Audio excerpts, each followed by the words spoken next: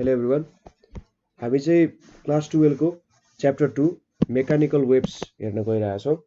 अब सुरुमा mechanical waves भनेको के हो त भन्दा यदि कुनै पनि वेभलाई ट्राभल गर्न के चाहियो त भन्दा मिडियम चाहियो भने त्यसलाई के भन्छ त मेकानिकल वेव्स भन्छ। ठीक छ, मेकानिकल वेव्स हुनको लागि चाहिँ के हुनु पर्यो त एउटा मिडियम हुनु पर्यो जहाँ चाहिँ त्यो वेभ ट्राभल गर्न सक्छ। सपोज हामीले लाइट वेभको कुरा गर्यौं भने लाइट वेभ भनेको भ्याक्युममा पनि ट्राभल गर्न सक्छ, सो यसलाई चाहिँ मेकानिकल वेभ भन्न मिलेन। तर हाम्रो साउन्ड के छ भन्दा यो मिडियम भएन भने के हुन्छ, साउन्ड ट्राभल गर्न सक्दैन। सो यहाँबाट के बुझ्न सकिन्छ, sound is a form of mechanical wave. So mechanical वेभको लागि सेटिस्फाई गर्नै पर्ने प्रपर्टी के हो त, मिडियम हुनुपर्छ हैन। अब मेकानिकल वेभमा हामीले यहाँनेर स्पेसल्ली फोकस गर्ने भनेको यो च्याप्टरमा साउन्ड वेभकै फोकस गर्छौं। अब साउन्ड वेभ कसरी ट्राभल गर्छ त भन्दा यसले कम्प्रेसन एन्ड रेयरफ्याक्सन बनाउँछ। सो यो कन्सेप्टले के भन्न खोजिरहेको त भन्दा कम्प्रेसन एन्ड रेयरफ्याक्सन हुनु भनेको सपोज मैले यहाँनेर पार्टिकलहरु बनाएँ। यो भनेको चाहिँ जस मैले कुनै एउटा मिडियम लिइरहेको छु र कुनै मिडियममा मेरो साउन्ड वेभ ट्राभल गरिरहेछ, अथवा साउन्ड वेभ भनेको के हो त इनर्जी हो, इनर्जी ट्राभल गरिरहेछ। इनर्जी ट्राभल गर्दा के हुन्छ भने सपोज यहाँनेर इनर्जी यो पोइन्टमा आइपुग्यो, इनर्जी यो पोइन्टमा आइपुग्दा के हुन्छ, यो पोइन्ट यहाँ ट्राभल गर्छ र यसले आफ्नो इनर्जी यो पार्टिकललाई दियो, फेरि ऊ आफ्नै पोजिसनमा फर्किन्छ, त्यसपछि फेरि यसले यसलाई इनर्जी दिन्छ र फेरि ऊ आफ्नो पोजिसनमा फर्किन्छ, फेरि यसले यसरी इनर्जी ट्रान्सफर गर्दै जान्छ। ठीक छ, यसरी जब इनर्जी ट्रान्सफर गर्दै जान्छ यहाँनेर मोसन कस्तो भयो त भन्दा ब्याक एन्ड फोर्थ मोसन भइरहेछ। ठीक छ, यसरी एउटा ब्याक एन्ड फोर्थ मोसन भइरहेछ। सो कम्प्रेसन एन्ड रेयरफ्याक्सन भनेको चाहिँ के हो त भन्दा एकचोटि दुईटा पार्टिकलको बीचको डिस्टेन्स थोरै हुन गयो, अर्कोचोटि के भयो त धेरै हुन गयो हैन। सो कम्प्रेसन हुँदाखेरि भोल्युम हाम्रो घट्छ, प्रेसर बढ्छ हैन। र अब टेम्परेचरको कुराहरु गर्नुपर्दा हामीले अब भेलोसिटी अफ साउन्ड भेट्दा टेम्परेचरको कुरा गर्छौं। सो टेम्परेचरमा थोरै एमाउन्ट अफ भेरिएसन आउन सक्छ हैन, तर धेरै आउँदैन, त्यति कुरा चाहिँ याद गर्नु पर्यो। र रेयरफ्याक्सन हुँदा के भयो त भोल्युम बढ्यो, प्रेसर के हुन्छ त घट्ने काम हुन्छ। सो यसरी चाहिँ हाम्रो साउन्ड वेभ अगाडि बढिरहेको हुन्छ, एउटाले ट्रान्सफर गर्छ, उ फेरि आफ्नो ओरिजिनल पोजिसनमा आउँछ।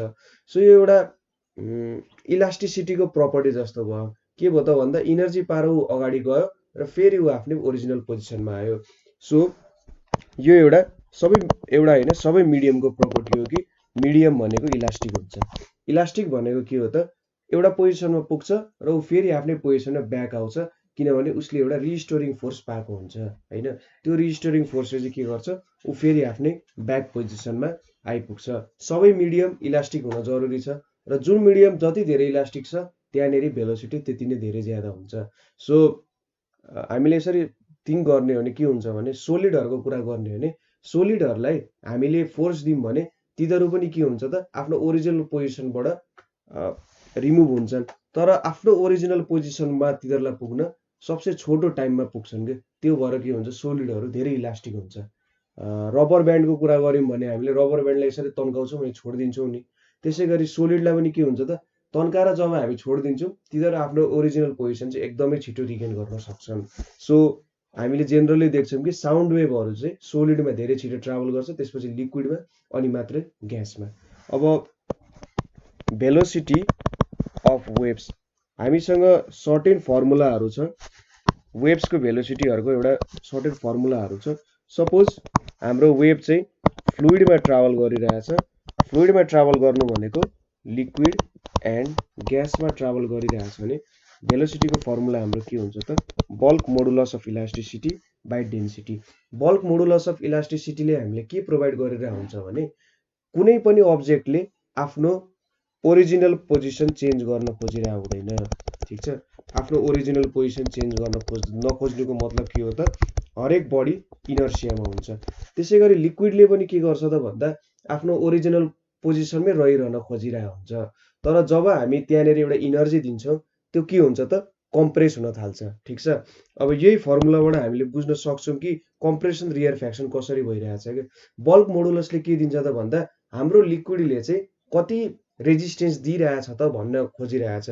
डेन्सिटीले हामीले के दियो त, पर मेरो मास पर युनिट केजीले मैले के थाहा पाएँ भन्दा पर मेरो मोलिक्युलले चाहिँ कति रेजिस्टेन्स दिइरहेछ भन्ने जस्तो थाहा पाएँ। अब के हुन्छ भने जब मैले इनर्जी दिन्छु त्यति बेला के हुन्छ त, यहाँ थोरै कम्प्रेसन आयो होला। कम्प्रेसन आउँदा के हुन्छ त, उसले एउटा रिस्टोरिङ फोर्स गेन गर्छ।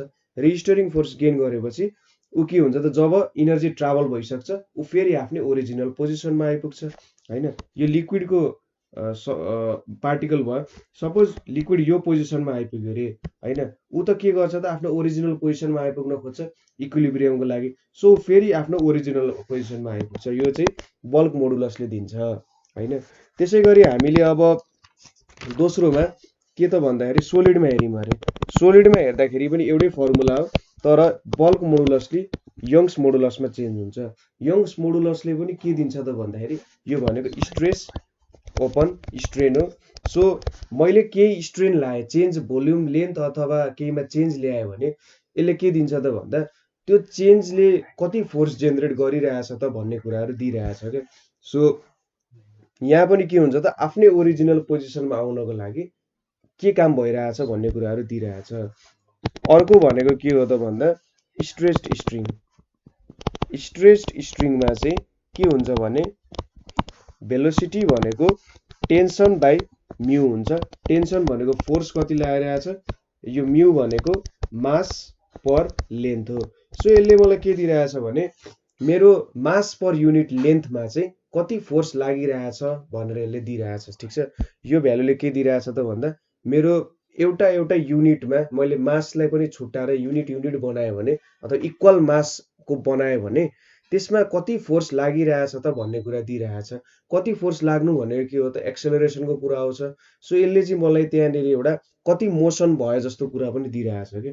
यो स्ट्रेट स्ट्रिङको कुरा चाहिँ हामीले वेभ्स इन साउन्ड्स एन्ड स्ट्रिङ्समा अझै मजाले बुझ्छौँ। सो त्यो भिडियोजहरू तपाईँहरूले हेर्नु होला।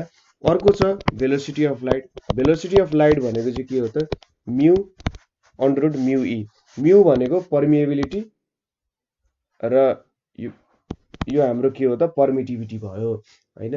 सो पर्मिटिभिटीले हामीले के दिन्छ त भन्दा मेरो इलेक्ट्रिक फिल्ड कति पर्मिट गरिरहेछ त मिडियमले।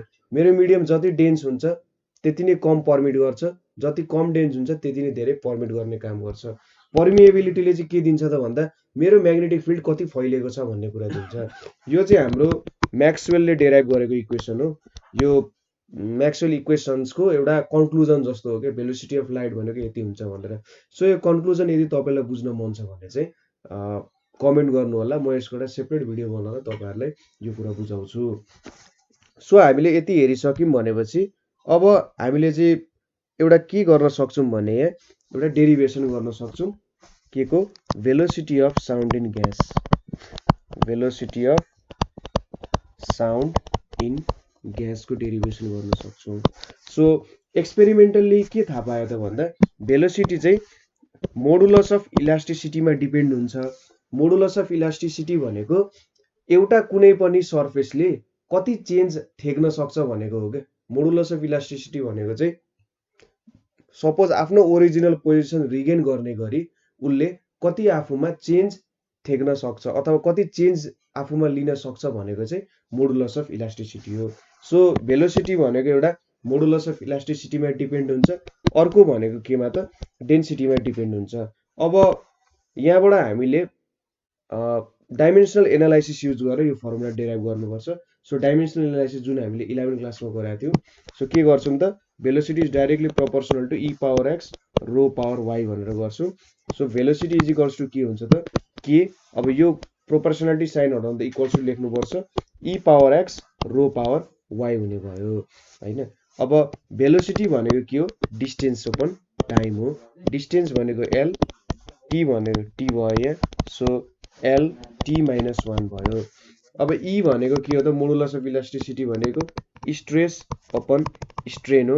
अब स्ट्रेन भनेको त कि त change in length upon original length अथवा change in volume upon original volume और change in area upon original area हुन्छ। सो यो युनिटलेस क्वान्टिटी हो, किनभने डिभाइड चाहिँ एउटै क्वान्टिटीले डिभाइड भइरहेछ। स्ट्रेस भनेको के हो त फोर्स बाई एरिया। सो तलको मैले स्ट्रेन लेखेँ।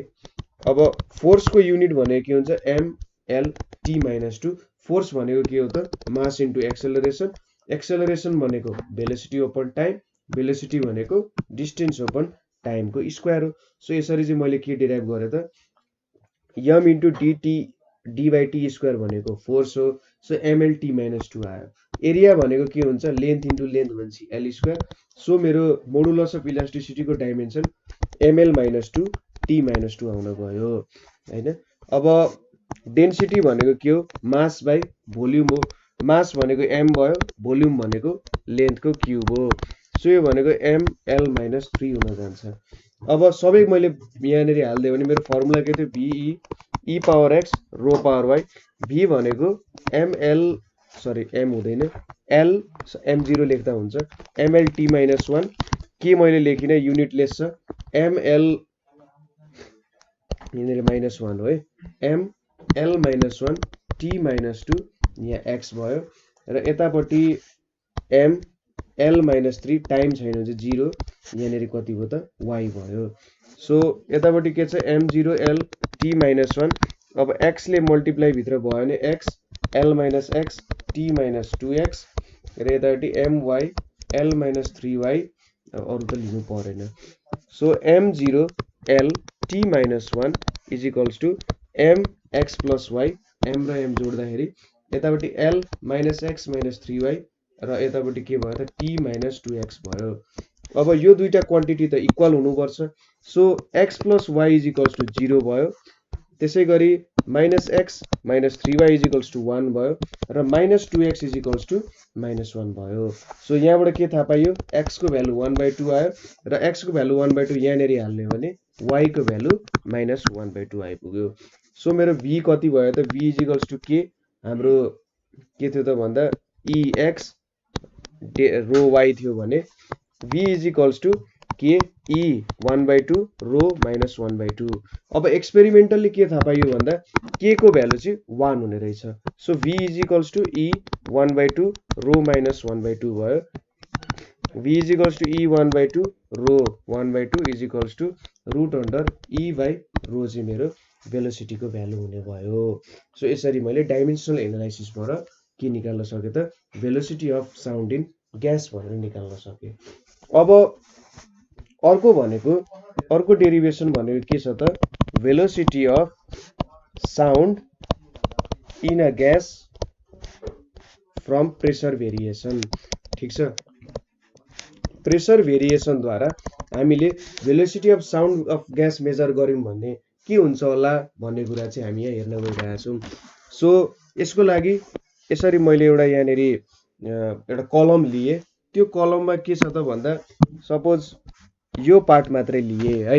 यो पार्ट लिँदा यो एउटा पल्स हो। पल्स भनेको कस्तो त भन्दा मेरो इनर्जी ट्राभल भइरहेछ। इनर्जी ट्राभल भइरहेछ भने मैले त्यो एउटा फोटो खिचे।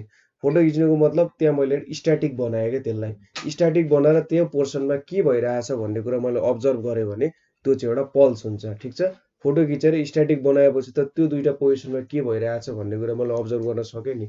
सो सुरुमा के भयो त यहाँनिर एयरले भरिएको छ।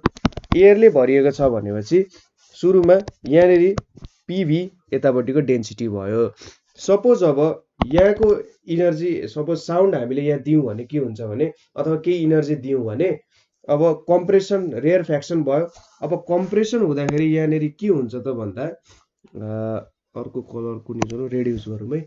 सो कम्प्रेसन हुँदाखेरि यो चाहिँ यतापट्टिको एयरले यसलाई यतापट्टि ठेल्न खोज्छ हैन।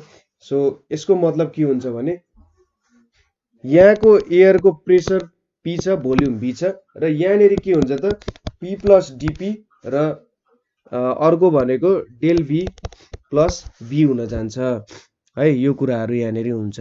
के भयो त भन्दा यहाँनिर हामीले सपोज गरेको भन्दा अनडिस्टर्ब्ड एयरको प्रेसर P छ हैन र यहाँनिर पल्सलाई त P प्रेसर लागिरहेछ नि। कम्प्रेस हुँदाखेरि त के हुन्छ प्रेसर बढ्छ हैन। सो यतापट्टिको एयरमा P + dP लागिरहेछ ड्यू टु कम्प्रेसन। अब यति हामीले कम्पेयर गर्यौं भने सपोज यो एयरको डेल एक्स हो भने डेल एक्स एमाउन्ट अफ एयरले यता ठेलिरहेछ भन्ने जस्तो कुराहरू सोचिरहेछौँ हामीले। अब खासमा यसलाई सोच्ने तरिकाहरू भनेको हामीले कन्टिन्युटी इक्वेसनको मेथडबाट पनि सोच्न सक्छौँ यसलाई। तर हामीले कन्टिन्युटी इक्वेसनद्वारा तपाईँलाई सल्भ गर्नु मन छ भने एकचोटि मलाई कमेन्ट गर्नु, म कन्टिन्युटी इक्वेसनको मेथड युज गरेर पनि यो सल्भ गरिदिन्छु। तर हाम्रो बुकमा चाहिँ यही मेथड दिएको छ। सो यो डेल एक्स एयर जुन छ यो चाहिँ भेलोसिटी भीले यतापट्टि मुभ गरिरहेछ है। भेलोसिटी भीले मुभ गरिरहेछ भने अब के गर त, यो जुन हरियो कलरमा हामीले एयर राखेका छौँ नि, यो एयर त यतापट्टि मुभ हुन खोज्छ, भेलोसिटी भीले मुभ हुन खोज्छ। तर यसले के गर्यो त, यसलाई यतापट्टि ठेल्दियो भनेपछि हाम्रो यो जुन हामीले डेल भी लेखेका छौँ नि यो नेगेटिभ भयो। किनभने कुनै बडी अगाडि हिँड्न खोजिरहेछ, त्यसले यताबाट ठेल्यो भने त यसको भेलोसिटी अभियसली घट्छ। सो डेल भी भनेको चाहिँ के हुन्छ त, यहाँनिर नेगेटिभ हुन्छ। अब मेरो भेलोसिटी भनेको के थाहा छ मलाई, distance travelled by time taken हुन्छ। सो मेरो टाइम भनेको कति हो त, del x by del V भनेर त मैले लेख्न सकेँ होइन। अनि यो पोइन्टमा यतापट्टिको फेसमा, यो फेसमा त प्रेसर पुगिसकेको छैन, लागेको प्रेसर भनेको यो फेसमा। सो यो फेसमा चाहिँ के हो, प्रेसर पी प्लस डिपी भयो, यतापट्टि प्रेसर पी भयो। अब फोर्स कति लागेको होला त भन्दा, यो फेसमा फोर्स भनेको चाहिँ मैले पिए भनेर लेख्न सक्छु होइन। र यो फेसमा जुन यो फेस मैले लिइरहेको छु, यो फेसमा फोर्स भनेको चाहिँ के हुन्छ त, P plus del P into A हो। सो मेरो नेट फोर्स भनेको कति लाग्यो त, नेट फोर्स भनेको चाहिँ P A minus P plus del P into A भनेको के हुन्छ त, माइनस डेल पी ए भनेको चाहिँ के भयो त, मेरो प्रेसर लाग्यो। अब माइनस साइनले यहाँनिर के इन्डिकेट गरिरहेछ भन्दा, मेरो एयर चाहिँ यो डिरेक्सनमा जान खोजिरहेछ तर खासमा यतापट्टि ठेलिरहेछ भन्ने कुरा हो। ठिक छ, डिरेक्सनको कुरा गरिरहेछ। मेरो फोर्सले चाहिँ अगाडितिर ठेल्न खोज्नु पर्ने हो, तर कम्प्रेसन भइरहेछ भने चाहिँ मलाई भित्र ठेल्न खोजिरहेछ भन्ने जस्तो कुरा हो। अब मास भनेको कति हुन्छ त भन्दा, मास भनेको डेन्सिटी इन्टु भोल्युम हो होइन। र भोल्युमलाई कसरी लेख्न सकिन्छ, area into small distance x भनेर लेख्न सक्यो। र त्यसै गरी हामीलाई के थाहा छ त भन्दा, डेल एक्स भनेको त डेल भी इन्टु टी हो। अथवा यसलाई अब बुझाउने अर्को तरिका भनेको भेलोसिटी भनेको डिस्टेन्स बाई टाइम हो होइन। सो डिस्टेन्स भनेको के लेख्न सकिन्छ, भी इन्टु डेल टी भनेर लेखिन सकिन्छ। सो भी इन्टु डेल टी भनेर लेख्यो यसलाई। सो मास भनेको यति भयो। अब एक्सेलरेसन भनेको के हुन्छ त, del V by del t हुन्छ होइन। सो यसलाई मैले 1 सोचेँ, यो मेरो 2 भयो, यसलाई मैले ए भनेर माने, मैले अगाडि नै 1 भनेर मान्नु पर्थ्यो। So net force minus del P भनेको कति हुन्छ त, मास इन्टु एक्सेलरेसन हुन्छ। माइनस डेल पिए भनेको के हो त, मास भनेको rho into A into v into del T भयो, into mass into acceleration. Acceleration भनेको कति भयो त भन्दा, मास भनेर त यो भइहाल्यो, मास भनेको यो भयो हाम्रो भ्यालु। एक्सेलरेसन भनेको del V by del T भयो, डेल टी क्यान्सल भयो, एरिया एरिया क्यान्सल भयो। भनेपछि मैले कति आयो त यहाँनिर, del P is equals to rho V into del V भनेर आयो होइन। सो मैले अब यहाँनिर माइनस डेल पी बाई यतापट्टि डेल भी राखेँ, यतापट्टि रो भी राखेँ। अनि यहाँनिर मैले दुई साइडमै भी स्क्वायरले मल्टिप्लाई गरेँ भने V square minus del P into V by del V is equals to minus del P by del V by V राख्न सकेँ। यसलाई मैले इक्वेसन 4 भनेर माने है। यो कुरा बुझ्नुभयो होला। अब मैले change in volume by original volume गऱ्यो भने के हुन्छ त, यहाँ यो चाहिँ मेरो भेलोसिटी हो। मैले भेलोसिटीलाई चाहिँ अर्कै तरिकाले लेख्नु पर्थ्यो यसरी। सो यो मेरो भेलोसिटी हो है, यसरी मैले भेलोसिटीले यसरी दिएँ, स्मल भ्यालु हो नि त, स्मलर भ्यालु हो भनेर मैले यसरी दिएँ। सो बुझ्नु कि अब यो डेल भी बाई भी भनेको अब area into del x by यहाँ एरिया इन्टु एक्स भनेर लेखियो होइन। अब यहाँनिर एरिया इन्टु डेल एक्स भनेको के लेख्न सकिन्छ, डेल भी इन्टु डेल टी भनेर लेख्न सकिन्छ। त्यसै गरी यहाँ तल भी इन्टु डेल टी भनेर लेख्न सकिन्छ। So area area del T cancel भयो भने चाहिँ यहाँनिर के भयो त, हाम्रो velocity change in velocity by original भेलोसिटीको रेसियो चाहिँ change in volume by original भोल्युमको रेसियोसँग के हुने रहेछ त इक्वल हुने रहेछ भन्ने कुरा भयो। सो हामीले के लेख्न सक्यौँ rho B square is equals to minus del P by change in velocity by original भेलोसिटीको साटो change in volume by original volume लेख्न सक्यो। र यो भनेको के हुन्छ त बल्क मोडुलस हुन्छ। बल्क मोडुलस अफ इलास्टिसिटी भनेको यहाँनिर नेगेटिभ सिम्बलले किन दियो त भन्दा हाम्रो कम्प्रेसन जुन डिरेक्सनमा हुन्छ तर हाम्रो बल्क मोडुलस माथि अर्को डिरेक्सनमा जान खोजिरहेको हुन्छ, त्यही भएर यसले नेगेटिभ सिम्बल रिप्रेजेन्ट भयो। सो यो भनेको बी भयो। अब भेलोसिटी स्क्वायर भनेको के हो त bulk modulus by density. So v is equals to root under bulk modulus by density भयो, जुन चाहिँ हाम्रो लिक्विडमा हुने भ्यालु हो। सो यसरी चाहिँ लिक्विडमा कति के भ्यालु हुन्छ भनेर निकाल्न सकिन्छ साउन्डको भेलोसिटीको। सो यहाँनिर हामीले प्रेसर भेरिएसनबाट कसरी भेलोसिटी निस्किन्छ भनेर हेऱ्यौँ। त्यसै गरी डाइमेन्सनल एनालाइसिसद्वारा डेराइभ गऱ्यौँ र केही फर्मुलाहरू हेऱ्यौँ।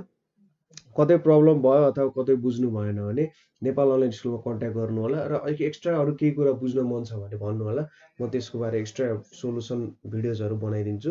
सो आजको लागि थ्याङ्क यू फर वाचिङ।